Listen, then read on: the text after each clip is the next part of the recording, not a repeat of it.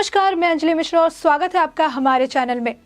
अब किसान आंदोलन को लगभग 1 साल होने जा रहे हैं। 1 साल से किसान 3 कृषि कानून, जिसे वो काला कानून करार देते हैं, उसे लेकर वो मोर्चा निकाले हुए हैं और ये आंदोलन करते हुए जा रहे हैं। आपको बता दें कि ये अभी तक का सबसे लंबा चलने वाला किसान आंदोलन है और ऐसे में सरकार अपने तरफ से पूरी कोशिश कर रही है कि इस आंदोलन को जल्द से जल्द खत्म कर दिया जाए। लेकिन अब किसानों का मुद्दा था, किसानों के राइट से शुरुआत हुई थी, अब ये एक राजनीतिक मुद्दा बन गया है और ये सरकार के लिए भी बड़ी परेशानियां खड़े करते जा रहा है। आपको बता दें कि अब सरकार ने अपनी तरफ से थोड़ी पहल करने की कोशिश की है। अब उन्होंने भी, किसानों की तरफ से भी थोड़ी सी पहल हुई थी, बैरिकेडिंग वगैरह पुलिस ने हटा दिए थे, उन्होंने भी थोड़े बहुत तंबू जो थे, अपने टेंट वगैरह हटाए थे। लेकिन इसके बाद एक और वीडियो जो है सामने आ रहा है, जिसमें किसान नेता गुरनाम सिंह जो है, उन्होंने एक वीडियो के जरिए मोदी सरकार को चेतावनी दे दी है। उन्होंने कहा है कि मुझे ऐसी खबरें मिली है कि सरकार जबरन इन रास्तों को खाली कराने की कोशिश कर रही है।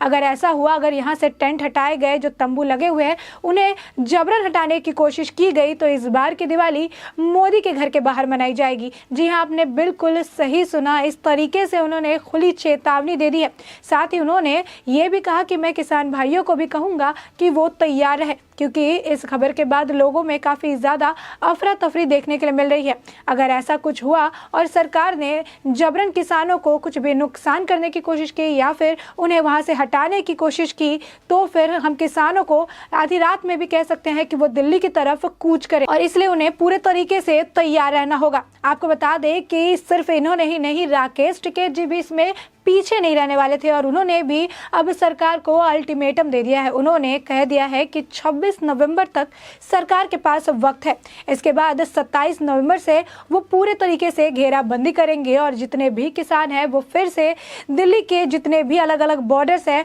वहाँ पर किलाबंदी करेंगे और इस बार इस आंदोलन को और भी ज़्यादा तेज कर दिया जाएगा। अब ऐसे में अब सरकार जहाँ पर ये कोशिश कर रही है कि दिवाली से पहले जितने भी रास्ते हैं उन्हें खाली करवा दिया जाए, तो वहीं अब ये जो किसान नेता हैं वो परेशानी बनकर सामने खड़े हो गए हैं। आपको बता दें कि रास्ते कई सारे हैं जो जाम कर दिए गए थे, बॉर्डर पर इन्होंने तंबू गाड़ रखे हैं, वहां पे कई सारे टेंट लगाए गए हैं, जिसकी वजह से सरकार और किसान के बीच के मतभेद की वजह से आम आदमी को, आम जनता को काफी परेशानियों का सामना करना पड़ रहा था। अब ऐसे में इसको देखते हुए सुप्रीम कोर्ट काफी ज्यादा सख्त नजर आई थी और उन्होंने सरकार से जितना हो सके एक्शन लेने के लिए कहा था, जिसके बाद किसान आंदोलन की एक तरह से कह सकते हैं कि हवा जो है धीरे से शांत होती हुई नजर आई और राकेश टिकैत सामने आकर ये कहते हुए नजर आए कि ये हमारी गलती नहीं है, रास्ते जो जाम हो रहे हैं वो पुलिस बैरिकेडिंग के वजह से जाम हो रहे हैं और उन्होंने ये पूरा मामला जो है पुलिस प्रशासन के सिर मर दिया। जिसके बाद पुलिस प्रशासन ने भी अपनी तरफ से पहल की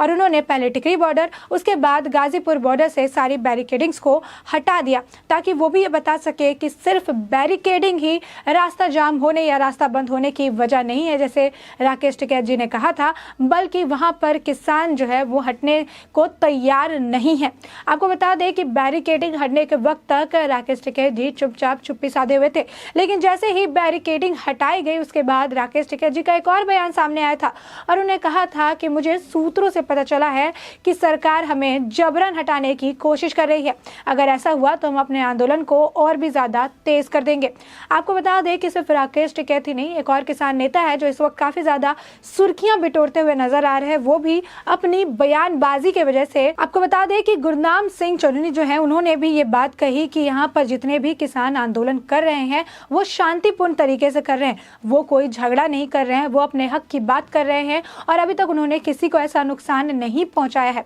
तो ऐसे में अगर सरकार अपने तरफ से कोई भी जबरन कदम उठाती है या फिर किसानों के साथ जबरदस्ती करने की कोशिश करती है, उनके टेंट को जबरन हटाने की वहां से कोशिश करती है, तो फिर किसान इस आंदोलन को उग्र करते हुए नजर आएंगे और हर गांव से ट्रैक्टरों में भर भर के किसान आएंगे और दिल्ली की पूरी तरीके से किलाबंदी करेंगे। तो आप देख सकते हैं कि किस तरीके से अब किसान नेताओं की हिम्मत इतनी ज्यादा बढ़ चुकी है कि अब वो केंद्र सरकार कहिए, पुलिस प्रशासन कहिए या फिर कई मामलों में आम जनता को परेशानी पहुंचाने में भी एक बार नहीं चूक रही है। अगर इन्हें कोई भी अपना मुद्दा समझ आता है तो उसके लिए वो भारत बंद कहिए, रेल होटल बंद करिए, हर जगह ये आंदोलन करके सड़कों को जाम करके रखते हैं। और जब सरकार इनके पास आती है, सरकार जब इनसे बात करने की कोशिश करती है, तब ये उस आंदोलन को और भी ज़्यादा उग्र करने की चेतावनी देने लगते हैं। तो मुद्दा ये है कि सरकार करे तो करे क्या? अगर बात करने जाए तो इन्हें बात नहीं करनी होती है, और इसके अलावा ये हर चीज़ को या तो सरकार या तो पुलिस प्रशासन के ऊपर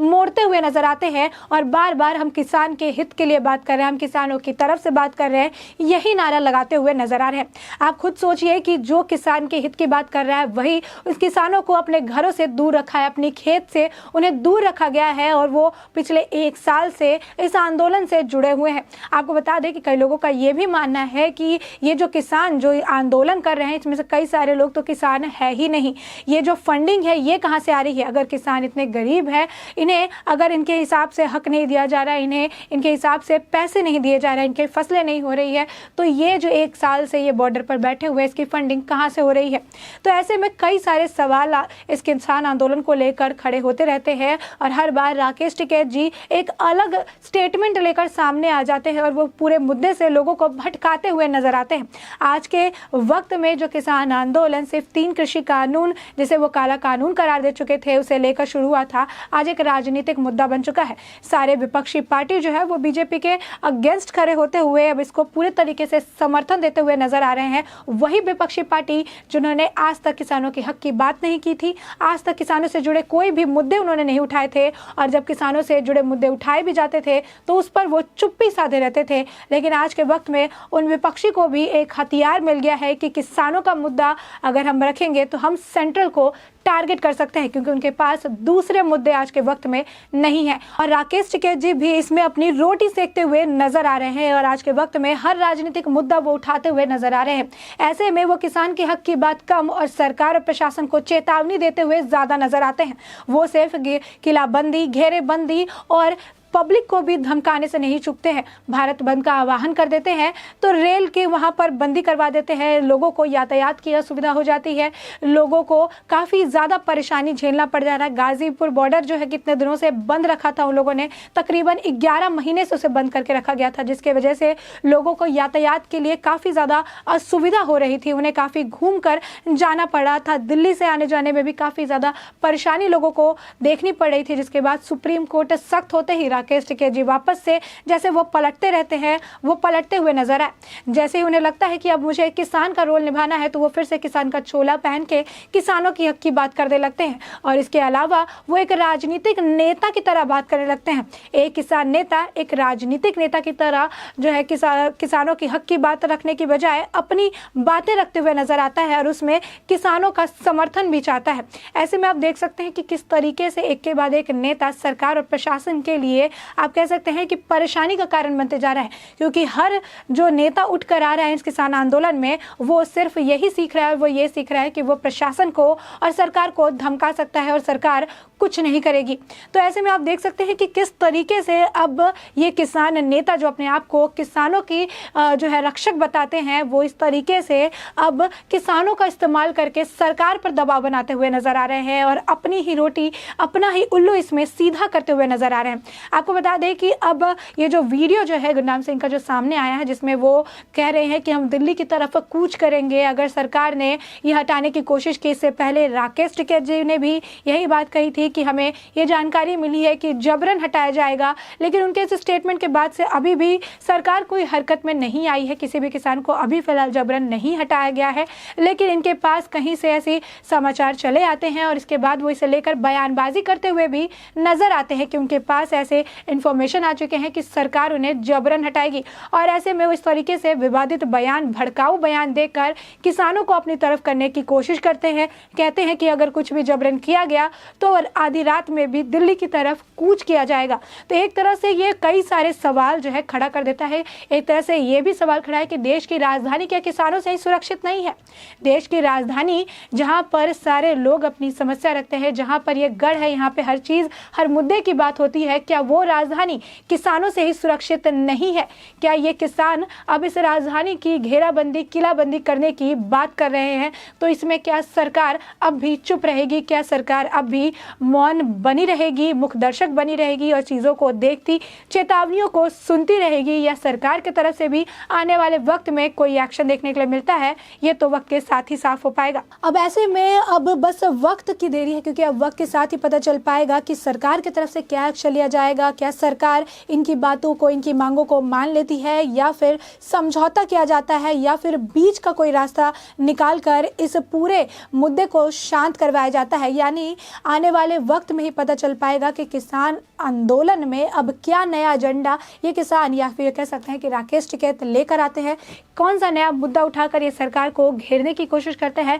या फिर इस बार जैसे किसान एक्शन में हमेशा रहते हैं, इस बार सरकार भी एक्शन में आती है और किसानों के साथ जो अभी मतलब जो मेन मुद्दा चल रहा है उस पर सख्त कार्रवाई करते हुए आगे जो है इस आंदोलन को बंद करवाते हुए, या फिर बीच का रास्ता निकालती है, या फिर समझौते पर यह बात बनती है, ये तो वक्त के साथ ही साफ हो जाएगा। लेकिन इस किसान आंदोलन को लेकर आपकी क्या राय है, राकेश टिकैत जी को लेकर आपकी क्या राय है, हमें कमेंट सेक्शन में कमेंट करके ज़रूर बताएं।